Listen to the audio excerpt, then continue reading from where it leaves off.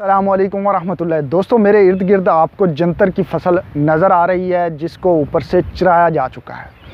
अब इस जंतर में हमने क्या था कि इसको यहाँ पे काश्त करने के बाद 2 से 3 दफ़ा हमने इसको बकरियों के ज़रिए चरवाया है। पहली दफ़ा हमने इसको चरवाया और उसके बाद 12 दिन का स्टे दिया। ये वापस अपनी कनोपी बना ली थी इसने और वापस बिल्कुल वैसे का वैसा हो गया था जिस तरह से हमने इसको काश्त किया था। उसके बाद हमने इसको फिर एक दफ़ा चरवाया। इस दौरान हम सिर्फ पानी लगाते रहे हैं, कोई खाद नहीं लगाई। और फिर इसको 10 से 12 दिन का वक्फ़ा दिया और फिर एक दफ़ा चरवाया है। अब आपको यहाँ पे इसकी सिर्फ स्टिक्स नज़र आ रही होंगी। अब हमने करना क्या है कि इसको ऐसे ही डिस्क हैरो चला के इसमें कल्टीवेट कर देना है। अब इससे एक जो हमें फ़ायदे हासिल हुए, एक तो ये है कि बकरियों को 3 दफ़ा हमें चारा मिला और दूसरी चीज़ इसके नीचे जो है जड़ों में बैक्टीरिया पैदा होते हैं जिनको नाइट्रोजन फिक्सिंग बैक्टीरिया कहते हैं, वो मैं आपको दिखाता भी हूँ। अब ऊपर से हमने जो है इसके पत्ते वगैरह तो चरा लिए जिसकी वजह से ऑर्गेनिक मैटर में तो थोड़ी कमी हुई है, लेकिन इसके जड़ों में मौजूद बैक्टीरिया में कोई कमी नहीं हुई। मैं आपको दिखाता हूँ कि इसकी जड़ों में जो है वो नाइट्रोजन फिक्सिंग बैक्टीरिया जो है वो बड़ी तादाद में बन चुके हैं।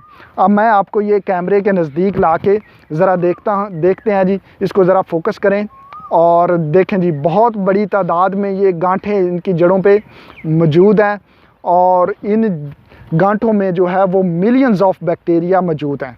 एक जो गांठ है ये मैं अगर आपको तोड़ के दिखा रहा हूँ तो इसके अंदर जो है वो बहुत ज़्यादा मिकदार में बैक्टीरिया मौजूद है। अब ये बैक्टीरिया क्या हो जाएंगे, इनकी तादाद जो है इस ज़मीन में बहुत ज़्यादा बढ़ जाएगी जब हम इसको कल्टीवेट कर देंगे और अगली फसल में जो है वो ये बहुत ज़्यादा मिकदार में नाइट्रोजन को ज़मीन में फ़िक्स करेंगे। आपको पता है कि फ़ज़ा में जो है वो हवा में जो है नाइट्रोजन की मिकदार 78% है। अब उस 78% नाइट्रोजन को पौधे डायरेक्टली इस्तेमाल नहीं कर सकते।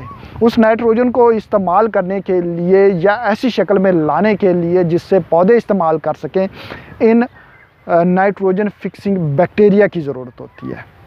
अल्लाह ताला ने इन नाइट्रोजन फिक्सिंग बैक्टीरिया को ज़मीन में पहले से रखा हुआ है, लेकिन कुछ फसलें इनकी तादाद को बूस्ट अप कर देती हैं, बहुत ज़्यादा बढ़ा देती हैं।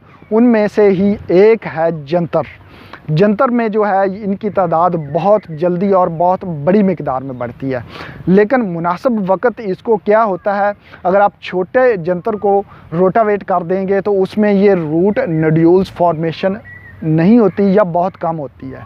इसको कल्टीवेट करने का मुनासिब वक्त होता है जब ये फूल निकाल रहा हो, तो उस वक्त कल्टीवेट करेंगे तो नाइट्रोजन फिक्सिंग बैक्टीरिया भी अपनी पीक पे होंगे और जो इसमें ऑर्गेनिक मैटर भी आपको ज़्यादा मिलेगा। क्योंकि यहाँ पे हमारा ऑब्जेक्टिव 2 थे। एक तो हमने अपने बकरियों के लिए चारे का इंतज़ाम करना था, एक चरागाह का इंतज़ाम करना था, उसके लिए हमने इसके ऊपर से पत्ते जो हैं चरा लिए हैं, और दूसरा हमें जो ऑब्जेक्टिव था कि ज़मीन की ज़रख़ेज़ी में इजाफ़ा हो जाए। तो लिहाजा हमें ऑर्गेनिक मैटर जो है वो तकरीबन 50% यहाँ से हासिल हो जाएगा। जितना हमें अगर हम इस पूरे को कल्टीवेट करते उससे 50% ऑर्गेनिक मैटर हासिल होगा, जबकि जो नाइट्रोजन फिक्सिंग बैक्टीरिया हैं वो भी हमें काफ़ी मिकदार में मिल जाएंगे। ये मेरे हाथ में जो है मैंने आपके सामने इसको जो है ज़मीन से उखेड़ा है।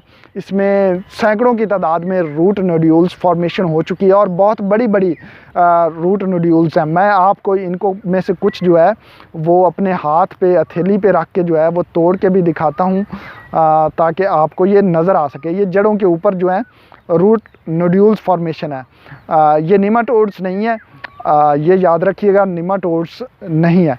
ये सारे जो हैं ये गांठें जो हैं ये नोड्यूल्स फॉर्मेशन है और एक इस नोड्यूल में लाखों की तादाद में जो है वो बैक्टीरिया मौजूद हैं। अब ये सारे बैक्टीरिया जो हैं कल्टीवेट होने के बाद ज़मीन में शामिल होंगे और फ़ज़ाई जो नाइट्रोजन है उसको फ़िक्स करना शुरू कर देंगे। इससे अगली फसल में नाइट्रोजन की मिकदार को कम इस्तेमाल करना पड़ेगा और इससे हमें जो है वो कम नाइट्रोजन को इस्तेमाल करते हुए अच्छी पैदावार हासिल करने में बहुत ज़्यादा मदद मिलेगी।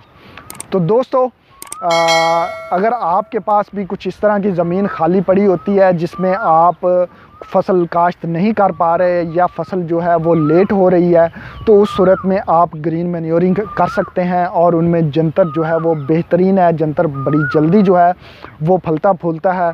और इसके साथ अगर आपने कुछ जानवर रखे हुए हैं, बकरियां, तो उनको भी इसमें चराएं, दोहरा फ़ायदा हासिल करें। दोस्तों, मैं उम्मीद करता हूं कि आपकी मालूमात में इजाफ़ा हुआ होगा। मिलते हैं अगली वीडियो में, तब तक अल्लाह हाफ़िज़।